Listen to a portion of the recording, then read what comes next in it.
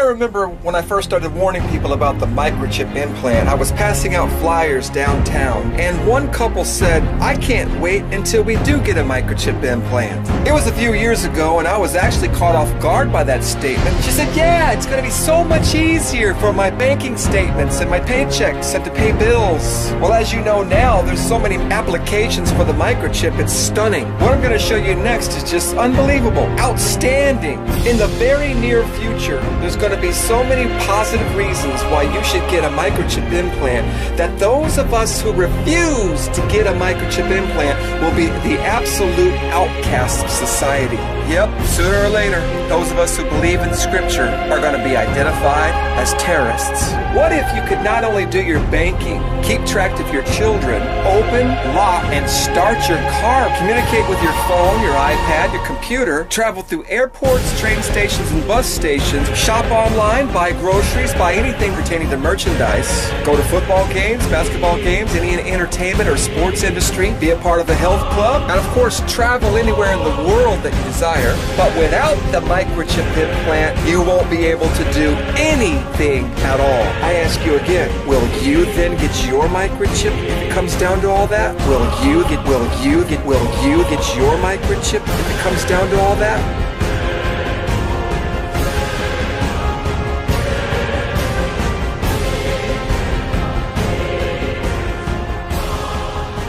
The technology that we're talking about is called radio frequency identification. This is a standard technology that's been in use for several years now in corporate or office kind of environments. And what we're doing is we're applying it to an automotive environment. Traditionally, it's used as an unlocking device, so you can access a door or whatnot in an office. We're using it for that purpose as an unlocking device, but we're also using it to start the vehicle. So by doing this, what we can do is we start the vehicle, it unlocks the door so I can enter the vehicle. I can at that point close the door, put it in gear, and drive away. Right now I have an RFID chip surgically implanted in my left hand. It allows me to do all the same functions that the car does, but with my hand. So what you're telling me is you just started your car, not only without its keys, but you started it with your bare hand. Yeah. You started it with your bare hand. Yeah, yeah.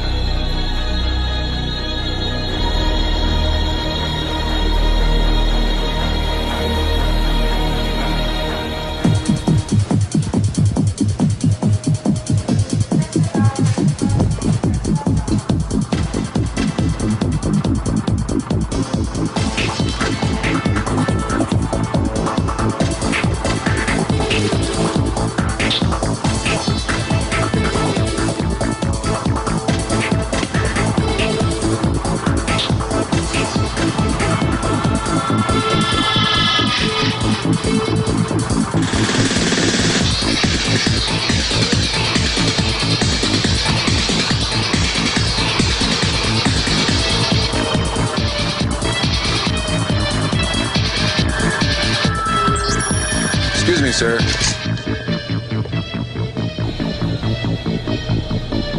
Forgot your receipt. Checkout lines. Who needs them? Have a nice day. This is the future of e-business.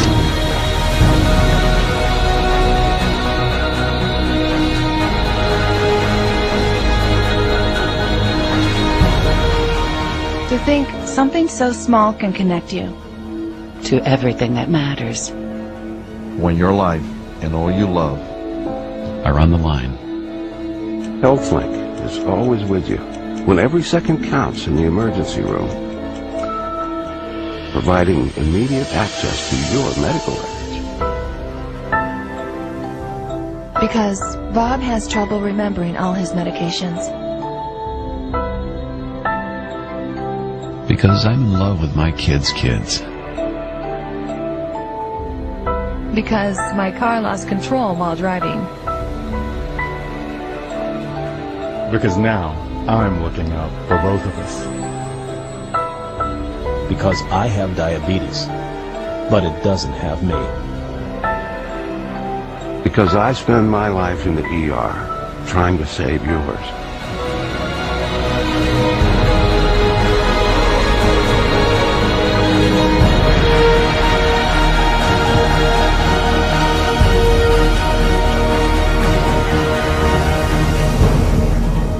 Welcome to the future. Specifically, the checkpoint of the future will become commonplace around the world. A sort of one-stop shop for security from the curb to the gate, as they say, with dignity. So, how does it work? Let's now ask Ken Dunlap. Hello, Ken. Welcome. Thank you very much. You're head of security at IATA. Walk us through this. I want to show you the revolution. Okay. The first thing you need to do is identify yourself to our system.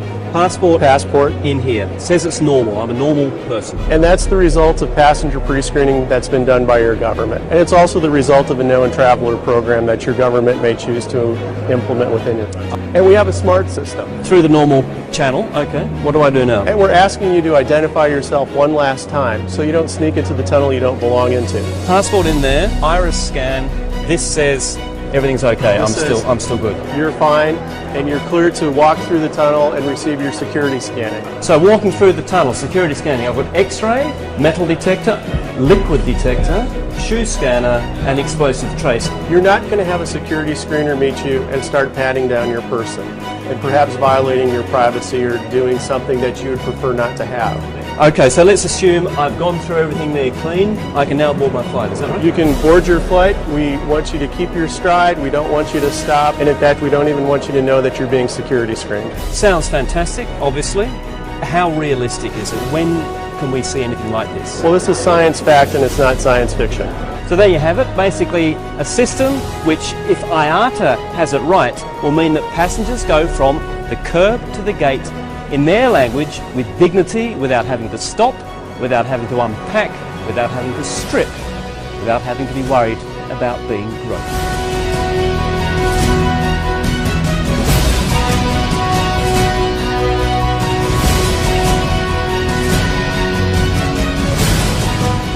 Alright, check out this bus here. It's a new prototype. I believe this is in Paris. You can tell by the language on it.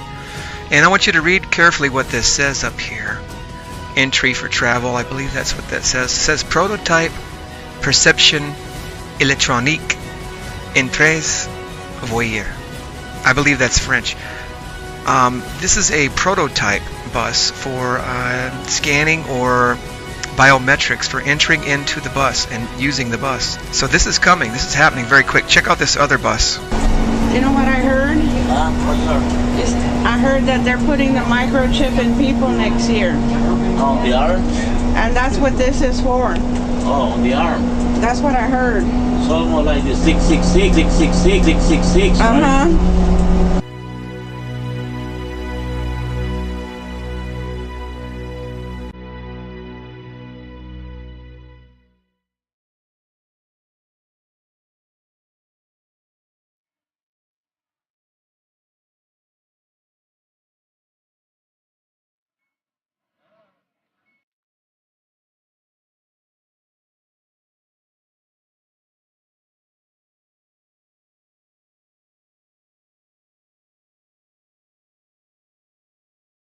This is put out by U.S. Customs and Border Protection and regulated by the WHTI, the Western Hemisphere Travel Initiative.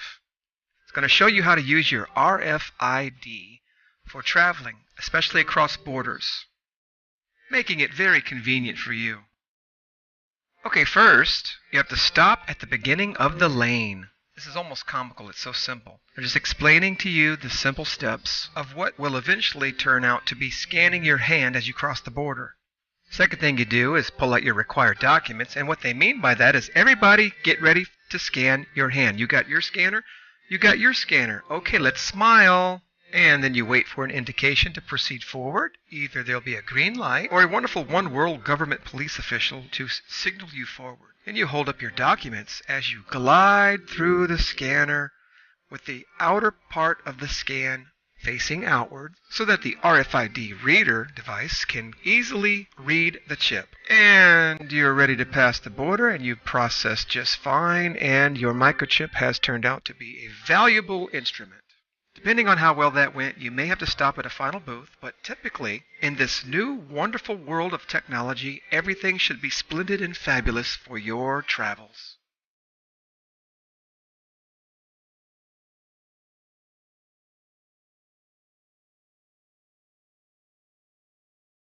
This can be a scary sight for students who don't know where to go or what to do.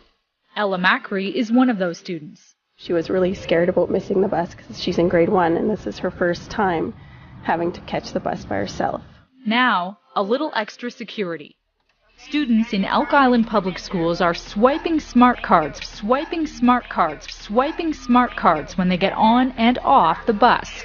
The buses themselves have GPS trackers. This technology would enhance student safety to see that the students get on the bus. The GPS, we can watch the buses travel. We can ensure that if there's a breakdown or a potential, that we can see that they're safe and that the students are traveling. No more waiting in the cold for late buses either. Parents can log in from smartphones or a home computer and find out their child's ETA. Those behind the wheel say the $250,000 investment is worth it. Yvette Foster says the changes will lessen the chance of children missing their stops or getting left behind. It does happen, and that would be an extra check for all the drivers, and for sure. An added security that isn't lost on the children themselves. One small swipe for the Macris, one giant leap for peace of mind.